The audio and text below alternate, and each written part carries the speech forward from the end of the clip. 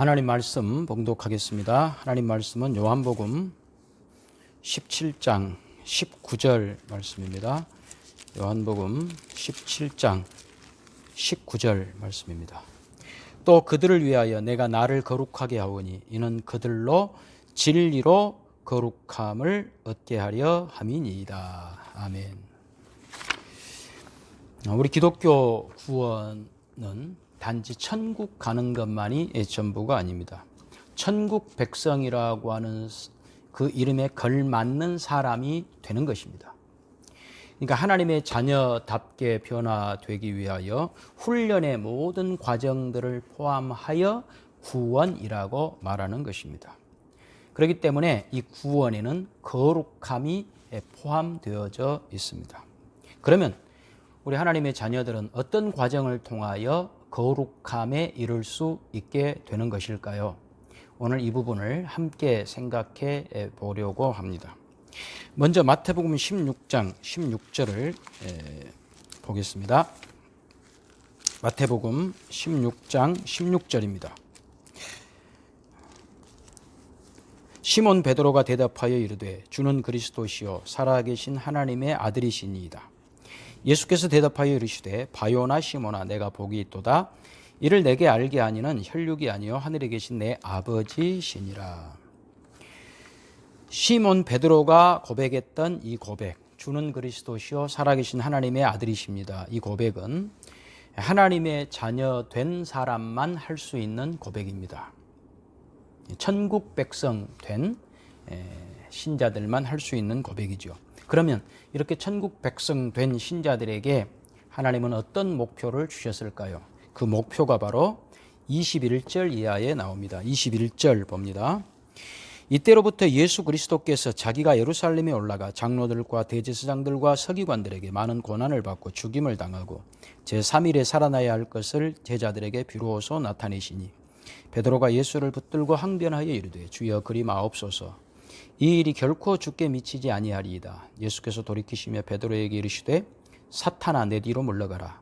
너는 나를 넘어지게 하는 자로다. 내가 하나님의 일을 생각하지 아니하고 도리어 사람의 일을 생각하는도다 하시고, 바로 여기에 거룩을 위한 두 갈림길이 있습니다. 네가 23절 네가 하나님의 일을 생각하지 아니하고 도리어 사람의 일을 생각하는도다. 하나님의 일을 생각하면 거룩의 길을 갈 수 있지만 사람의 일을 생각하면 거룩과는 멀어집니다. 결코 거룩의 길을 갈 수가 없습니다. 그러니까 하나님의 일, 하나님의 계획, 하나님의 마음, 하나님의 목표, 하나님의 뜻에 동참하는 것이 거룩입니다. 반대로 사람 편에 서는 것, 사람의 생각대로 가는 것은 거룩이 아니고 죄입니다. 죄악입니다. 성경이 말하는 죄는 나쁜 행동을 했다. 도덕적, 윤리적 차원에서의 죄를 우선적으로 말하지 않습니다. 성경이 말하는 죄는 하나님 편에 서지 않는 것입니다. 하나님과 멀어지는 것입니다. 하나님으로부터 도망가는 것입니다. 이것이 죄입니다. 반대로 하나님 편에 서는 것, 하나님과 함께하는 것이 거룩입니다. 그래서 24절 이에 예수께서 제자들에게 이르시되 누구든지 나를 따라오려거든 자기를 부인하고 자기 십자가를 지고 나를 따를 것이라. 이것이 거룩입니다. 자기를 부인하고 자기 십자가를 져야 예수님과 한 마음이 될 수 있기 때문에 그렇습니다. 바로 이 내용을 빌립보서 2장 5절은 우리에게 좀 더 분명하게 이렇게 가르쳐 주고 있습니다. 빌립보서 2장 5절 너희 안에 이 마음을 품으라. 그 그리스도 예수의 마음이니 그는 근본 하나님의 본체시나 하나님과 동등됨을 취할 것으로 여기지 아니하시고 오히려 자기를 비워 종의 형체를 가지사 사람들과 같이 되셨고 사람의 모양으로 나타나사 자기를 낮추시고 죽기까지 복종하셨으니 곧 십자가에 죽으심이라. 이러므로 하나님이 그를 지극히 높여 모든 이름 위에 뛰어난 이름을 주셨다라고 말씀을 하고 있습니다. 복음의 핵심이 가장 잘 요약된 내용이 빌립보서 2장 5절 이하입니다. 예수님께서 아버지의 뜻에 절대 복종하셨다는 거죠. 예수님의 복종은 우리의 구원을 위해서도 필요하지만 우리의 거룩을 위해서도 절대적으로 필요한 것입니다. 그래서 예수님의 복종이 우리 신앙의 가장 중요한 모범이 되는 것입니다. 예수님은 아버지의 뜻을 이루기 위하여 자신의 생각, 자신의 지위, 자신의 권리 모든 것 다 내려놓고 복종하셨습니다. 자신의 모든 권리를 아버지께 철저하게 이양했습니다. 이것이 예수님의 복종이었습니다. 이 복종을 예수님께서 자신을 거룩해 하심이라고 표현합니다. 우리의 거룩도 마찬가지입니다. 예수님의 복종과 같은 복종이 우리에게 없으면 거룩은 불가능합니다. 기독교 신앙을 한마디로 표현하면 예수님의 복종, 그리고 예수님의 복종을 닮은 신자의 복종, 이렇게 말할 수 있습니다. 예수님의 사역을 한마디로 정의하면 복종입니다. 복종. 히브리서 5장 10절, 5장 8절 한번 봅시다.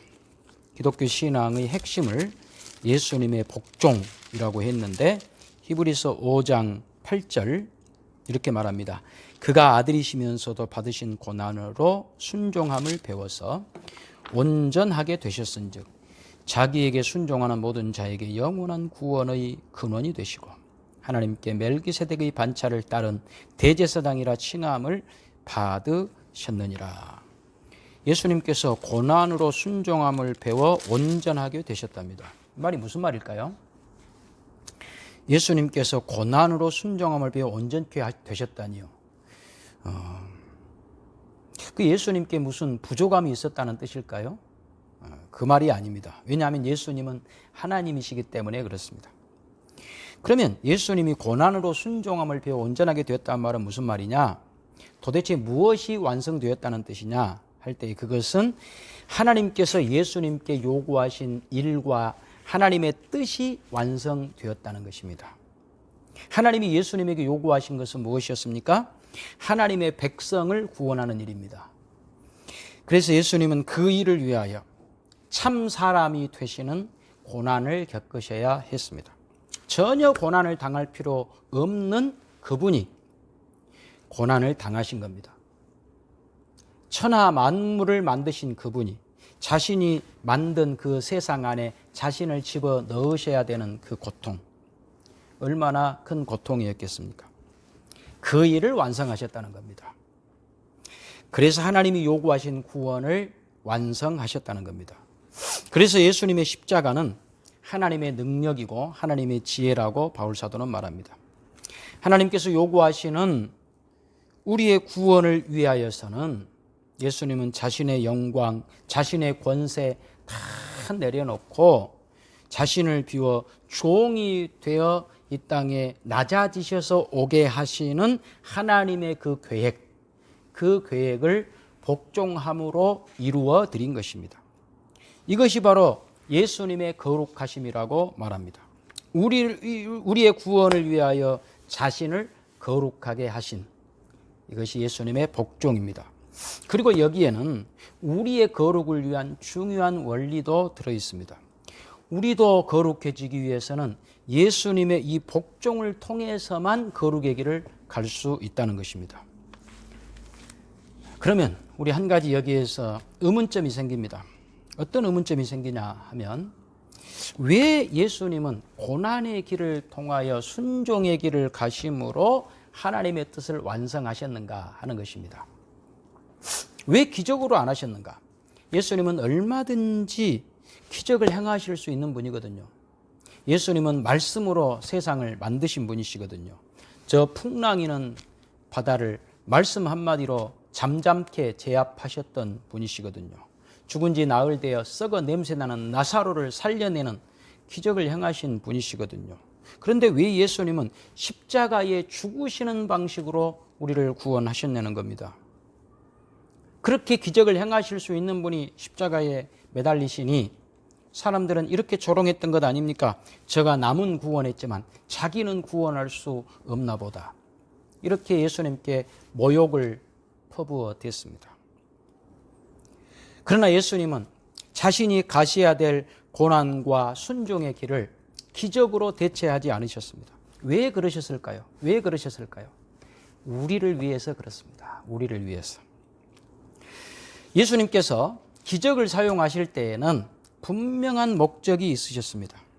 그 목적은 우리 눈에 보이는 세상이 전부가 아니다. 이것을 알게 하기 위하여 기적을 동원하셨습니다. 우리가 알지 못하는, 우리가 경험하지 못하는 초월적인 하나님의 세계가 있다. 이것을 가르쳐 주시려고 기적을 동원하신 것이죠. 그러나 거룩의 길을 가는 데 있어서는 기적이 아니라 순종으로만 갈 수 있음을 우리에게 보여주시려고 예수님은 십자가의 복종을 우리에게 보여주셨던 것입니다. 그래도 우리는 불만이 많죠. 아니, 무슨 말인지는 알겠는데 그래도 우리에게 기적을 보여주셔도 얼마든지 우리는 거룩의 길을 갈 수 있을 텐데 왜 기적이 아니라 십자가의 죽으심의 길로 우리를 구원하셨습니까? 왜 기적적으로 그 일을 안 하셨습니까? 여러분, 왜 그렇게 안 하셨을까요? 예수님은 우리를 너무나 잘 아시기 때문에 그렇습니다. 우리는 늘 예수님을 믿지만 자주 넘어집니다. 어떤 부분에서 넘어지냐면 하나님이 주시려고 하는 하나님의 나라보다는 세상 나라가 더 좋습니다. 그래서 넘어집니다. 그래서 신앙을 동원해서 자꾸 내 목표, 내 소원을 이루려고 합니다. 그러나 기독교는 내 자신의 뜻과 목표와 욕심을 이루기 위한 수단이 결코 아닙니다. 결코 그렇지 않습니다. 주님, 내 소원 이루어주세요. 그래서 내 계획, 내 일 성공하게 해주세요. 그래서 이익이 생기면 제가 주님께 절반 드릴게요. 우리 반반 나눕시다. 여러분, 예수님은 그런 목적을 이루기 위하여서 기적을 동원하신 적은 한 번도 없습니다. 그렇게 되면 기독교가 신앙이 아니라 투자가 되지 않겠습니까? 우리를 투자 목적으로 부르시지 않았습니다. 그래서 예수님께서는 십자가의 길, 순종의 길을 가실 때에 기적으로 그것을 대체하지 않으셨던 것입니다. 예수님이 사용하셨던 기적은 십자가의 길을 편하게 가기 위한 기적이 아니라 우리가 경험하고 있는 세계가 전부가 아니다. 눈으로 보는 것이 다가 아니다. 이것을 우리에게 알게 하기 위해서 기적을 동원하셨을 뿐입니다. 그렇다면 오늘 여러분들은 기적이 필요할까요? 안 필요할까요? 여러분, 사실은 우리에게 기적이 필요 없습니다. 왜냐? 우리는 성경을 통하여서 이미 천국을 확인한 사람들입니다. 세상이 전부가 아님을 알고 있는 사람들입니다. 눈에 보이지 않는 세계, 영원한 나라가 있음을 알고 있습니다. 기적을 안 보여줘도 우리는 알고 있습니다. 그러니 이제 우리에게는 기적이 필요한 것이 아니라 순종이 필요한 것입니다. 여러분, 이런 설교가 좋은 설교입니다. 여러분들의 영혼을 살찌우는 설교입니다. 여러분, 꼭 기억하십시오. 그래서 우리는 이미 천국 백성 된 우리들인데 순종을 통해서 천국 백성다워지고 하나님의 자녀다워지는 그 일에 있어서 여러분들에게 하나님이 복종을 요구하고 계시는 겁니다. 신앙의 최고의 핵심은 기적이 아니라 순종입니다. 이 말씀을 여러분 꼭 귀히 여기셨으면 좋겠습니다. 신앙의 최고의 핵심은 기적이 아니고 순종입니다. 하나님의 은혜로 기적으로 천국 백성 된 여러분들, 이제는 하나님의 백성이라고 하는 그 이름에 걸맞는 그 수준으로 고쳐지고 다듬어지기 위해서 더욱더 순종의 사람이 되셔야 됩니다. 그래서 성경은 우리에게 이런 걸 요구합니다. 로마서 12장 1절. 로마서 12장 1절. 그러므로 형제들아, 내가 하나님의 모든 자비하심으로 너희를 권하노니 너희 몸을 하나님이 기뻐하시는 거룩한 산 제물로 드리라. 이는 너희가 드릴 영적 예배니라.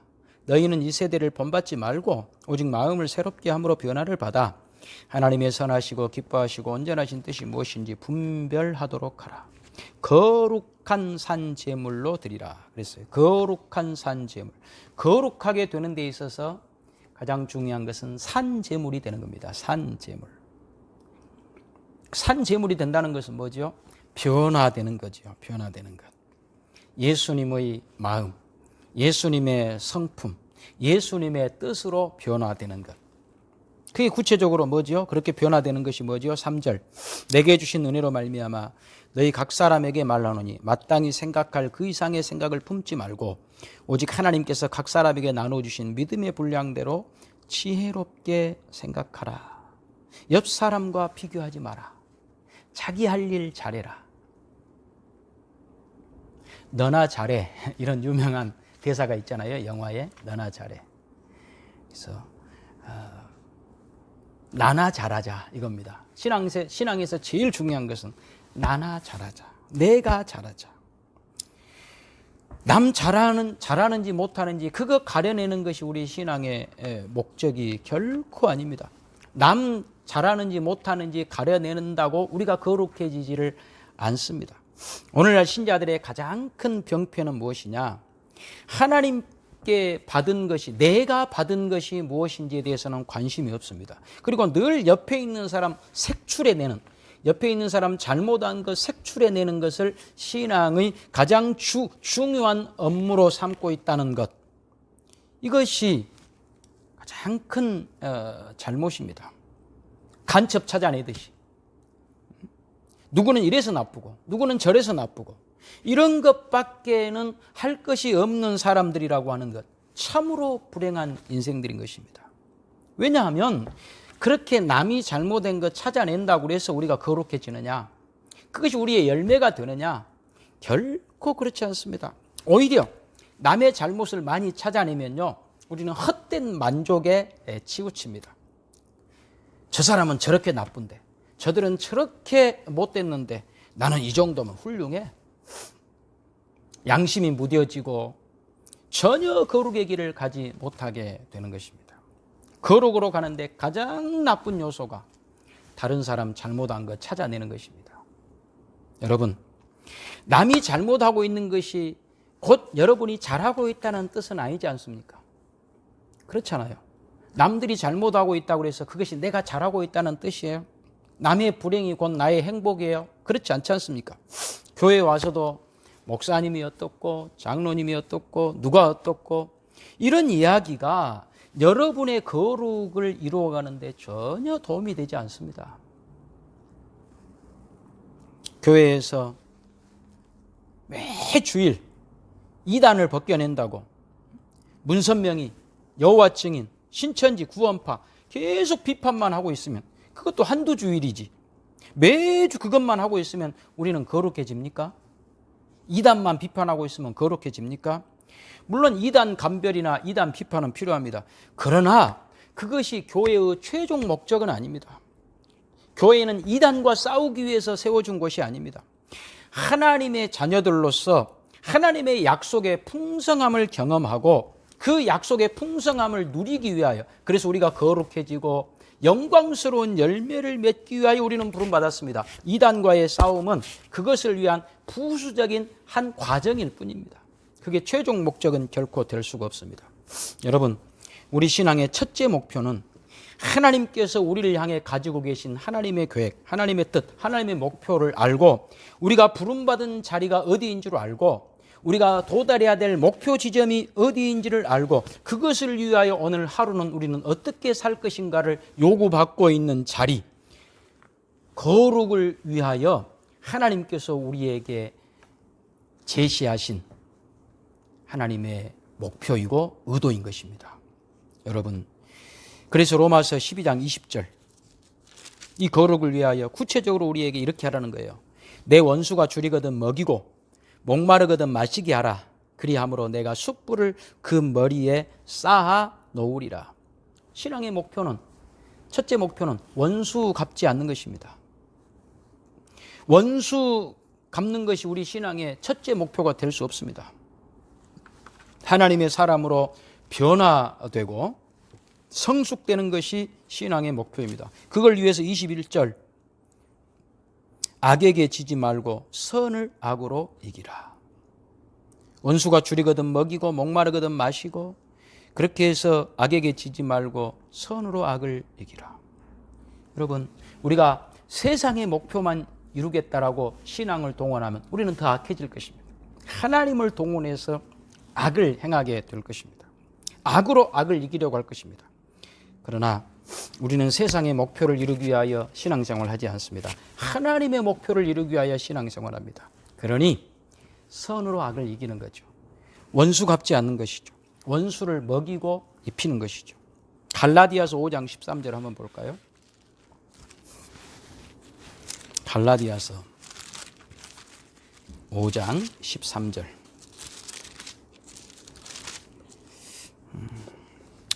형제들아, 너희가 자유를 위하여 부르심을 입었으나 그러나 그 자유로 육체의 기회를 삼지 말고 오직 사랑으로 서로 종노릇하라. 온 율법은 내 이웃 사랑하기를 내 자신같이 하라 하신 말씀에서 이루어졌나니 만일 서로 물고 먹으면 피차 멸망할까 조심하라. 서로 종노릇하라. 서로 복종하라. 그 복종이 우리를 거룩으로 인도한다는 거예요. 이웃에게도 복종해라. 왜 이웃에게도 복종해야 되느냐? 14절. 온 율법은 내 이웃 사랑하기를 내 자신같이 하라 하신 한 말씀에서 이루어졌나니. 그러니까 이웃을 사랑하라고 하는 것은 하나님에 대한 순종이 되기 때문에 그런 것입니다. 이웃에 대한 복종은 하나님에 대한 복종이 되기 때문에 그렇습니다. 여러분, 우리는 보통 오늘 설교를 듣고 목사님, 이제 내가 하나님께 대해서는 복종해 볼 마음이 생겼습니다. 복종하겠습니다. 그런데 이웃에 대해서는요, 복종하고 싶은 마음이 없어요. 왜냐하면 이웃이 마음에 안 드는데 어떻게 복종합니까? 그래도 조금 사랑하고 싶은 사람은 내가 사랑할 수 있겠어요. 복종할 수 있겠어요. 그런데 원수에게 어떻게 복종을 해요? 가깝게 하고 싶지 않은 사람에게 어떻게 복종해요? 어떻게 그를 사랑해요? 이런 생각이 들어요. 그러나 오늘 성경은 그런 사람에게도 복종해라. 그런 사람도 사랑해라. 이렇게 말하는 겁니다. 왜 그렇게 해야 된다고요? 사랑하는 것이 도덕적이고 윤리적이기 때문이 아니라 그게 신앙적이기 때문에 그렇습니다. 신앙적이라는 말은 이웃을 사랑하고 복종하는 것은 하나님이 시킨 일이기 때문에 하라는 거예요. 그 이웃이 여러분에게 별로 소중하지 않을지 몰라도 여러분이 믿고 계시는 하나님이 여러분에게 가장 소중한 분이라면 그 가장 소중하신 분이 좋아하시는 것이 이웃을 사랑하고 복종하는 것이에요. 그러니 그 이웃은 마음에 안 들더라도 하나님을 여러분이 사랑하신다면 그 하나님이 좋아하시는 이웃을 사랑하고 이웃에게 복종하는 일을 하라는 겁니다.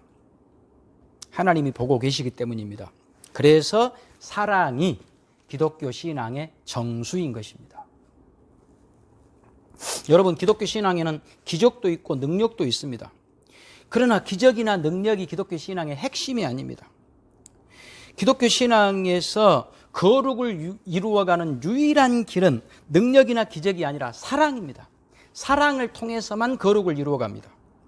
오죽했으면 고린도전서 13장에 사랑장이라고 하는 그곳에 내가 천사의 말을 하고 산을 옮길 만한 믿음이 있어도 사랑이 없으면 모든 것이 헛것이다. 이렇게 말합니다. 애언의 능력이 있고 내 몸을 불사르게 내어줄지라도 사랑이 없으면 모든 것이 헛일이다. 얼마나 중요합니까? 오늘날 우리에게 내가 얼마나 신앙에 열정이 있는가, 얼마나 기도의 능력이 있는가, 방언을 할 줄 아는가, 이런 것들 우리는 너무나 중요하게 생각합니다. 그러나 그보다 더 중요한 것은 바로 내 옆에 있는 사람을 사랑할 수 있느냐, 이겁니다. 내 혈육을 돌아볼 수 있느냐, 내 이웃을 돌아볼 수 있느냐, 이게 더 중요하단 말이죠. 직장에서 내 이웃과 화목하게 지내고 있느냐, 내 이웃과 화목하게 지내고 있느냐, 이것이 신앙생활을 잘하고 있는 것입니다. 그런데 이런 것은 신앙이 보통 아니라고 생각합니다. 여러분, 그렇지 않습니다. 그것이 좋은 신앙입니다. 목사님, 오늘 또 잔소리 하시네. 여러분, 부모가 자녀에게 잔소리할 때에는 꼭 필요하니까 잔소리하는 겁니다. 아니, 목사님, 우리 그냥 편하게 살 수 있도록 기도나 해주시고 축복이나 해주시지 뭐 그렇게 시간마다 우리한테 이렇게 살아라 저렇게 살아라 잔소리 하십니까? 여러분, 제가 여러분을 진짜 사랑하는 목사라서 그렇습니다. 여러분에게 정말 좋은 것을 드리고 싶어서 그렇습니다. 여러분이 훌륭해지셔야 되기 때문에 그런 것입니다. 목사님, 우리 그렇게 살면요 세상에서 하루도 못 살아요. 목사님이 세상을 몰라서 그래요. 우리가 잘해주잖아요. 바보로 알고 우리를 더 짓밟으려고 해요. 여러분, 그러니까 하라는 겁니다. 그러니까 복종하고 사랑하라는 겁니다. 모두가 다 꺼려하는 일이기 때문에 주님께서는 그 일을 하라는 겁니다. 왜냐하면 예수님도 그렇게 하셨기 때문에. 그래서 우리의 구원을 완성하셨기 때문에 여러분도 그 예수님이 하신 그 일을 행함으로 여러분의 거룩을 완성할 수 있습니다. 여러분, 갈수록 교회 안팎으로 우리가 신앙생활 하기 힘든 세상입니다. 교회를 욕하는 세상입니다. 교회 밖에서도 그렇고 또 교회 다니는 사람들도 교회를 욕하고 그러다 보니까 많은 신자들이 교회는 다니지만 나는 그냥 티 안 내고 조용히 다니자. 안 나가를 거꾸로 하면 가나안 신자. 또 티 안 내 신자. 조용히 나나 믿고 천국이나 가자. 티 안 내 신자들이 많습니다. 그러면서 그들은 말합니다. 교회 다니다 너 누구 때문에 상처받았어? 응? 그 사람들 왜 그렇게 신앙생활 하는 줄 모르겠어. 이런 말들을 합니다. 여러분 가만히 한번 생각해 보세요. 그 사람들은 왜 상처받았을까요? 상처받아서 교회를 안 나가거나 더 이상 티를 안 내고 나는 조용히 예수 믿고 천국이나 가야지 라는 정도로 소극적인 신앙이 되었을까요? 왜 상처받았을까요? 물론 상처를 준 사람이 있으니까 상처를 받았겠죠. 상처 준 사람이 잘못했겠죠. 그러나 그 예수님의 요구, 서로 복종해라, 너희가 이웃을 사랑해라 라고 하는 그 요구를 자신에게는 적용시키지 않고 상처 준 그 사람에게만 적용을 시켜서 그런 것은 아닐까요? 여러분, 누구 때문에 그러지 말고, 누구 때문에 내가 거룩의 길을 못 가겠다 그러지 말고, 우리 각자가 하나님 앞에서 믿음의 길, 거룩의 길을 갈 수 있기를 바랍니다. 어떤 분은 그 목사님들이 말이죠, 그 신앙의 성숙도에 따라서 기도가 달라진다 그래요. 목사 막 되어 초년생 때는 거창하게 하나님 이 세계를 나에게 주십시오 이렇게 기도를 한대요. 그러다가 조금 더 신앙이 성숙되면 목사님들이 하나님 이 교회를 나에게 주세요. 그래서 이 교회가 잘 돼서 이 세계를 향하여 나가게 해주세요 이렇게 기도를 한답니다. 그러다가 마침내는 하나님 이 못난 사람에게 하나님의 은혜를 주세요. 하나님 은혜를 베풀어 주세요. 그러니까 결국 목사도 그 신앙은 자신과의 싸움이라는 거예요. 신앙생활을 오래 해보면 자기 자신과의 싸움. 아무리 훌륭한 교회를 하고 이름 떨치는 목회를 해도 내가 믿음의 사람이 아니면 아무 소용이 없는 것입니다. 여러분도 마찬가지. 여러분의 신앙을 누가 대신해 주지 않습니다. 여러분이 훌륭해지셔야 됩니다. 신앙생활은 언제나 자신과의 싸움입니다. 자신에 관한 싸움입니다. 그것을 위해서 여러분 계속 훈련해 주시기 바랍니다. 여러분 사랑의 사람들이 되어 주십시오. 복종의 사람들이 되어 주십시오.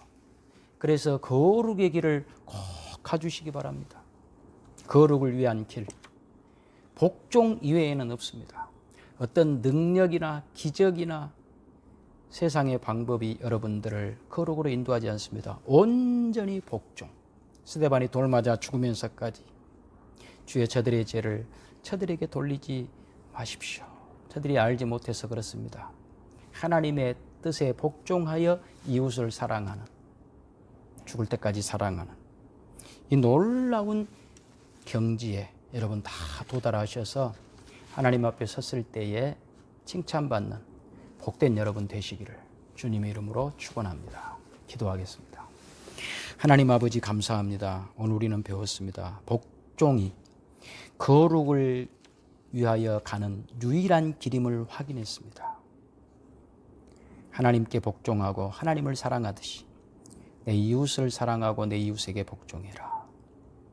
하나님, 우리가 마음에 들지 않는 사람, 사랑할 수 없는 사람도 사랑해야 될 까닭은 그것을 하나님이 좋아하시기 때문이고, 그것을 통하여 하나님 우리에게 이루시려고 하는 거룩이 완성되기에 그 말씀 순종하여 거룩의 길을 훈련하고 복종의 길을 연습해서 하나님이 기뻐하시는 복된 신앙의 자리에 우리 모두 다 도달하여 하나님 앞에 칭찬받는 복된 저희들이 되게 하옵소서.